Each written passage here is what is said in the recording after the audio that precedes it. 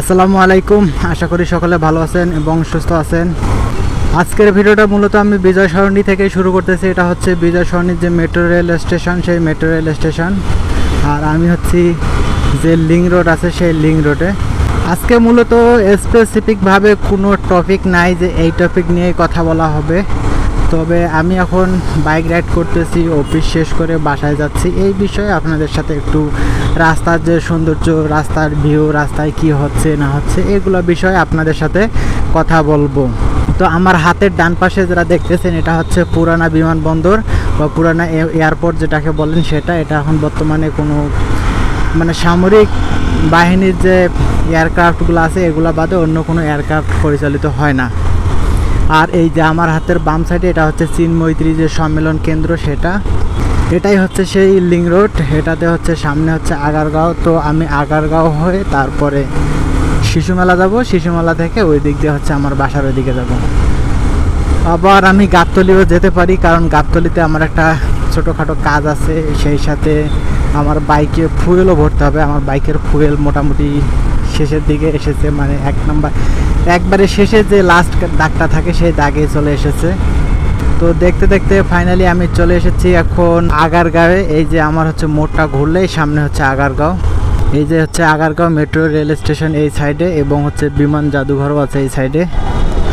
এই জায়গাটায় প্রতিদিনে একটা জ্যাম হয়, কারণ হচ্ছে বাসগুলো যেভাবে সেভাবে দাঁড়ায়, তাদের কোনো নিয়ম শৃঙ্খলা নাই। যেখানে পাবে সেখানে দাঁড়াবে।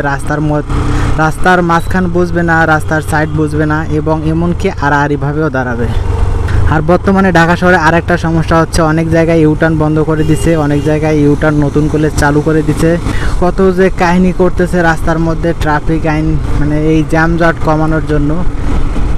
আসলে হচ্ছে জ্যামজট যে কোন জায়গায় লাগে, কি কারণে লাগে, সেই বিষয়টাকে আইডেন্টিফাই না করে তারা হচ্ছে রাস্তা ঘোরাঘুরির ধান্দায় পড়ে আছে। এই দেখেন বাসটা কীভাবে রাস্তার মাঝখানে দাঁড়ায় যাত্রী তুলতেছে। তার সাইডে কি জায়গা নেই? রাস্তার সাইডে কি জায়গার অভাব পড়ছে যে এখানে দাঁড়াতে হবে? রাস্তার সাইডে যদি জায়গা না থাকতো তাহলে মানতাম যে হ্যাঁ, রাস্তার মাঝখানে যাত্রী ওঠাচ্ছে, এবং যাত্রী ওঠানোর জন্য তো নির্দিষ্ট জায়গা করে দেওয়া আছে, যে যাত্রী ছাউনি আছে। আর আমরা হলাম বাঙালি জাতি, কারণ আমরা তো সব কিছু মানি না, যেখানে সেখানে দাঁড়ায় থাকে, হাত তুলি, বাস দাঁড়ায়। বাস ড্রাইভার এবং সুপারভাইজাররাও সে মতোই, রাস্তার মাঝখানে হোক যেখানে হোক ওরা দাঁড়াবে, যাত্রী তুলবে, যাত্রী নামাবে। নির্দিষ্ট কোনো জায়গা নাই, নির্দিষ্ট কোনো রুলস রেগুলেশন কোনো কিছুই নাই। এবং এমন বাসগুলো চালায়, কোনো বাসেরই ফিটনেস ভালো না। পিছনের ইন্ডিকেটার নাই, লুকিং গ্লাস নাই। যে যেমনি পারতেছে উড়াধুরা তেমনি বাস চালাচ্ছে, বাইক চালাচ্ছে। আর এই যে অটোরিকশা, এগুলো তো আরও, এগুলো যদি একটা স্পেসিফিকভাবে লেন করে দিত সাইড দিয়ে, রাস্তা যেহেতু অনেক বড়, সাইড দিয়ে লেন করে দিলে জ্যামের পরিমাণটা অনেক কমে যেত। কথা বলতে বলতে আমি এখন চলে এসেছি শিশুমেলা। আমার সামনে দেখতে পারতেছেন হচ্ছে আশা ইউনিভার্সিটি, ওই যে রাস্তার ওই পারে, এবং হাতের বাম পাশে হচ্ছে শিশুমেলা। এই যে এখানে হচ্ছে মানসিক হাসপাতাল আছে, সামনে হচ্ছে হৃদরোগ, এবং তার সামনে হচ্ছে সোহরাওয়ার্দী। এখানে যতগুলো হাসপাতাল আছে এক লাইনে সমস্ত হাসপাতাল। তো দেখতে দেখতে আমরা শিশুমেলার ওই পাশে যে দেখলাম, ওই পাশে হচ্ছে আপনার নিটোর আছে, পঙ্গু, তারপর হচ্ছে টিবি হাসপাতাল আছে।